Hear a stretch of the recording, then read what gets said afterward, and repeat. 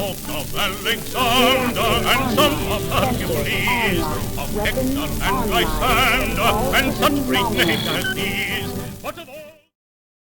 Hello and welcome to this Battletech overview. We're looking at a few Word of Blake mechs recently, as a couple of them, well, a good chunk of them actually, came into the factory recently through a weird circumstance with the Taurian and the Free World League / Marik militias dropping a bunch off, and we've been refitting them, repairing them, basically trying to make them work more efficiently, even though some of the parts are maybe not lost tech, but really hard to come by, things that our customers can keep using. So when we look at the legacy, what we see is actually a Star League model called Rising Star, which never reached production because it had multiple development issues and multiple issues, mainly with its targeting and tracking system, apparently. Skobel, who's well known for all sorts of things, but especially the rifleman, is the group that built the Rising Star originally, and when the Word of Blake asked for an 80-ton mech, well, they took the project back and started building something anew from it, leading to that 80-ton assault. It does have 15.5 ton of armor, so it is really well protected, and it can be used as a line anchor for most Blake forces level 2. You can likely use it as an anchor force in your lances or in stars as well, depending on if you're able to get your hands on one.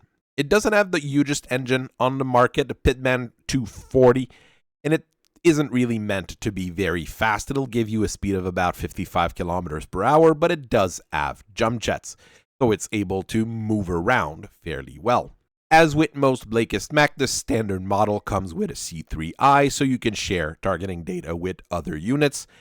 So you have your lighter mechs running around, giving the data to the legacy, who will pound them with its main guns. And really, the legacy is equipped with main guns. They're mounted on directional mounts on the shoulder. Those can flip and move a little bit.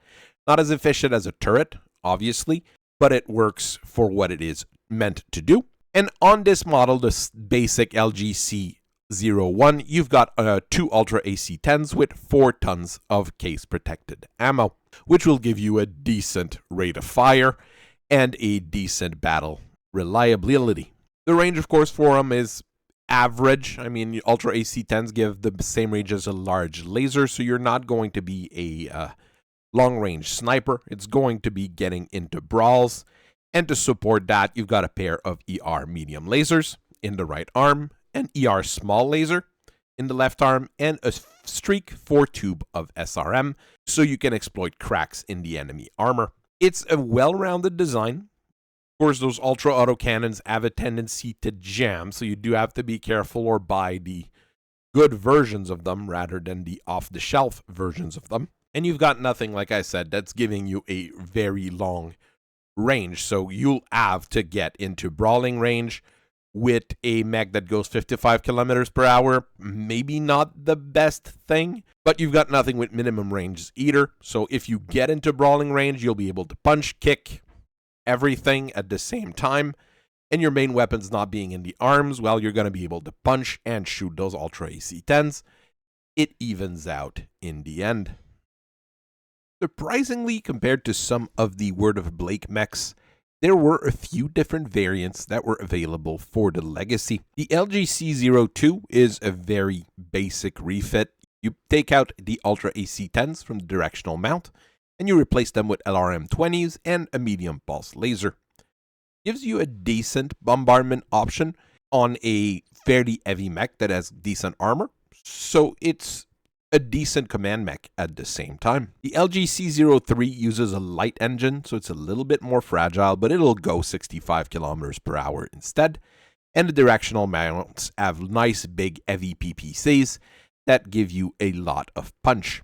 Too bad it only has 14 double heat sinks, because that means that you're going to cook yourself to death shooting those heavy PPCs, but still not a bad setup overall either. And I do enjoy the heavy PPC, even though it has a minimum range. The LGC-05 is that stupid refit that most of the Blakist ended up doing at some point. Compact engine, compact gyro, medium variable speed lasers, light PPCs, directional mounts with MML7s. It's really all over the place and doesn't fit the aesthetics or the mentality that as the Legacy normally. The Legacy is another one of those decent enough mechs that's basically bound to the scrap heaps of history due to its association with probably the worst of the worst. Skobel also has plenty of other things they can build, so the Legacy is likely not even a consideration for them as they keep building what they have. If someone starts asking for new Legacies, maybe they'll build one that's not a Blakist version.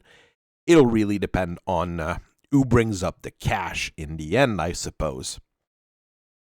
Really, here at Flanagan's, we kind of did that, though. We kind of made a few different versions of the Legacy with those machines that were brought to us, mainly because we have to take out that C3i, because if it's broken, you can't really fix it.